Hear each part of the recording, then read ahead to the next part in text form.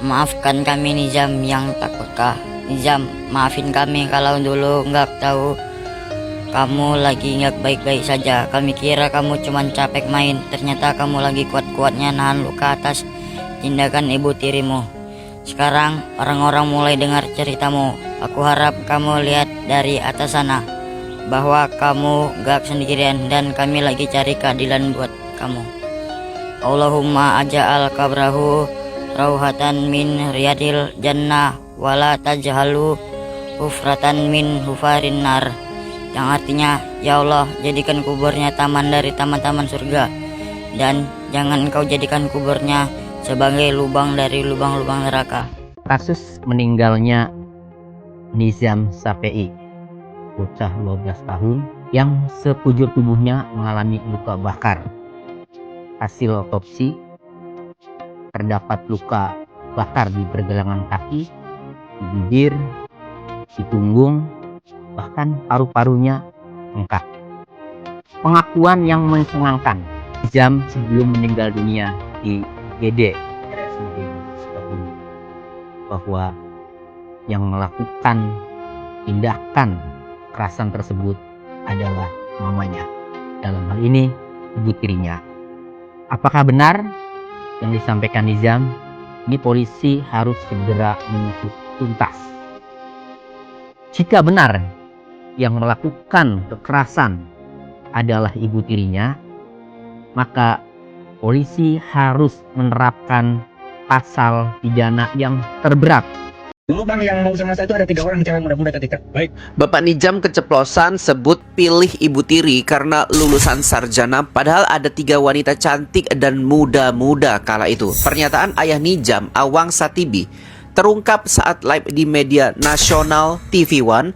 Pernyataan itu adalah, saya pilih yang sekarang karena dia lulusan SHI sarjana dan pegawai. Padahal ada 3 wanita lain yang cantik-cantik dan muda-muda. Karena saya peduli pendidikan anak, makanya saya pilih dia.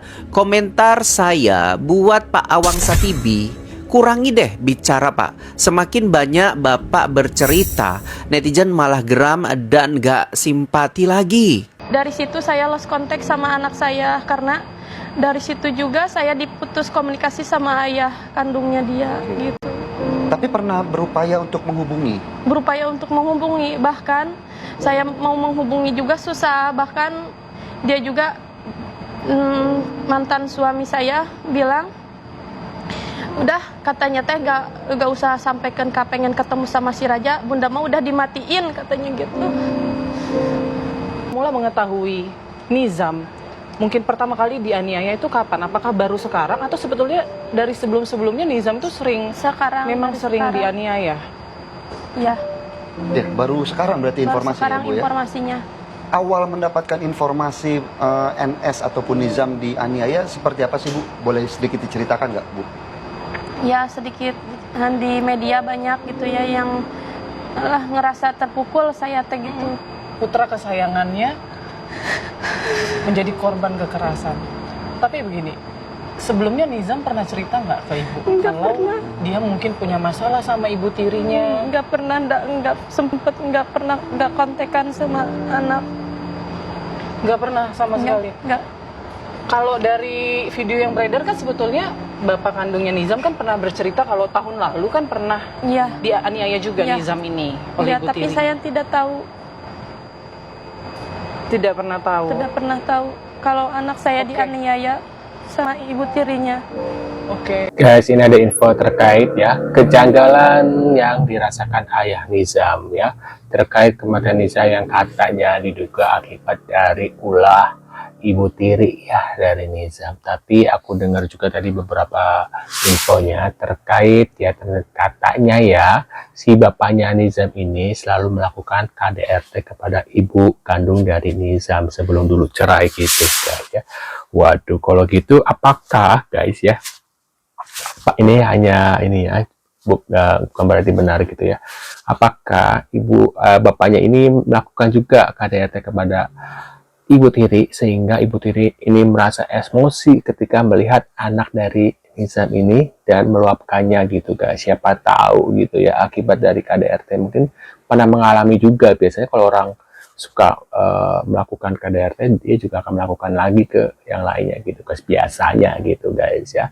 Nah ini kita lihat seperti apa infonya, yang itu kan kabarnya dari ibu kandungnya ya, tapi entah benar apa enggak. Nah ini kita lihat seperti apa infonya, kita lihat. Dan buat kalian yang baru mampir, jangan lupa dibantu subscribe Uki Kelvin supaya apa, supaya kalian nggak ketinggalan update terbaru yang lagi viral ya.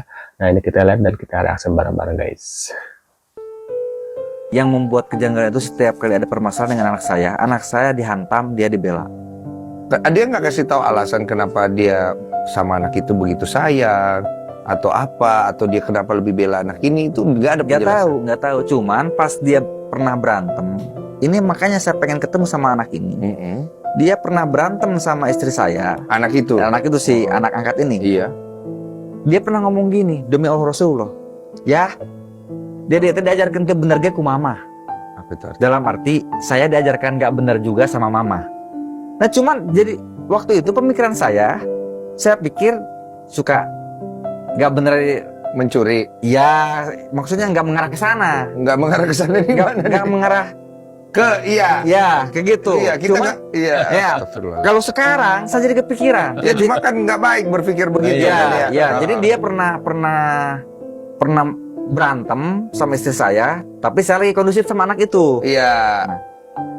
Saya dekatin, saya maksudnya kasih kenyamanan. Makanya sampai sekarang saya pengen ketemu. Mau tahu. Dia ngomong ke saya, ayah, bek gede kudu ngomong ke ayah, ujang mah diajarkan benernya ku mama. Nah dari pernyataan itu sampai sekarang membuat saya penasaran. Nah anak itu posisinya sekarang ini ada di mana? Kalau sudah Anak dicari itu tahu. sebetulnya istri saya ini sangat hebat untuk menyembunyikan ini. Saya pun sekarang tidak tahu anak ini ada di mana. Tapi saya yakin anak ini istri saya tahu. Gitu. Karena anak ini sudah dibuatkan ATM sama istri saya. Jadi dia nggak perlu datang kalau mau ngasih bekal ke anak itu, ya tinggal kirim. transfer. Gitu. Cuma kan maksudnya sebagai laki-laki, Iya. mohon maaf ya, Iya bagaimana perasaanmu? Iya. Itu kan istrimu ya. Betul. Kalau anaknya pergerakannya positif, dalam arti tidak aneh-aneh, pemikiran saya pun akan positif, Bang. Cuman ini dia dari background dari background perjalanannya ya, pernah maling motor, pernah maling HP. Terus saya pernah tanya di belakang rumah waktu bakar ikan, Ujang pernah mabok tuh? Pernah sekali di Bandung ke ben-benan, pernah mabok. Terakhir ada video di HP. Terus ini maaf ya, saya bukan ngomong jorok. Iya. Badannya memang kecil, karena memang dia orang Arab ya. Dia pernah mandi di Solokan ya, di Solokan. Memang gede barangnya, Bang. Waduh, apa sih maksudnya? Satu hari setelah kepergian almarhum Nizam, tiba-tiba bapaknya opan donasi. Untuk apa bapak maksudnya? Opan donasi untuk apa? Katanya opan donasi juga bukan sama netizen, tapi sama sahabat-sahabat AA. Untuk apa itu bapak? Untuk apa? Untuk biaya pengacara? Kagak usah pakai biaya. Beritanya udah viral, nanti juga pengacara pada datang sendiri buat menawarkan jasa. Terus buat biaya laporan, nggak usah pakai biaya. Laporan mah udah jelas itu tindak kejahatan. Bapak tinggal ngumpulin bukti. Kan bapak udah ada buktinya tuh. Laporan pertama belum dicabut, udah jelas. Ngapain harus ngumpulin donasi, open donasi? Bikin nama kau jelek aja bapak. Sabtu malam ada yang DM saya. Bentar, apa yang tadi? Aib ayah Nizam dibongkar mantan, asik. Sabtu malam ada yang DM saya dari pihak kerabat atau keluarganya Ibu Risna, minta pendampingan hukum untuk kasus ini. Nah, tapi saya agak-agak bingung karena di pemberitaan itu disebutkan bahwa ibu kandung Nizam ini sudah meninggal. Gitu. Tapi sebelumnya pernah kenal dengan Ibu Lisna? Tidak pernah kenal. Nah, jadi pada saat itu mereka minta nomor saya kasih, saya bilang saya minta bukti bahwa memang ini yang minta bantuan hukum ibu kandung Nizam. Dikirimlah KTP kakak dan Tuh guys ya, akte kelahiran Nizam. Mohon maaf kalau saya potong. Pertama kali mendapatkan informasi bahwa ibu kandungnya dari Nizam sudah meninggal Di medsos banyak. Di medsos? Betul. Jadi memang itu di frame oleh ayahnya Nizam bahwa bundanya sudah meninggal. Di frame? Waduh guys ya. Jadi selama ini menganggap bahwa ibu kandungnya itu sudah meninggal guys. Atau mungkin gara-gara sakit hati atau gimana ya, pertengkaran antara dua orang dewasa lah ya.